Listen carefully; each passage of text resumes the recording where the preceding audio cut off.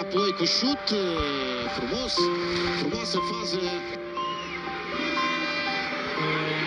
Și-a pierdut puțin suflul Pop. L-am văzut of, doamne, doamne, doamne, foarte mare, nu știu, să nu fie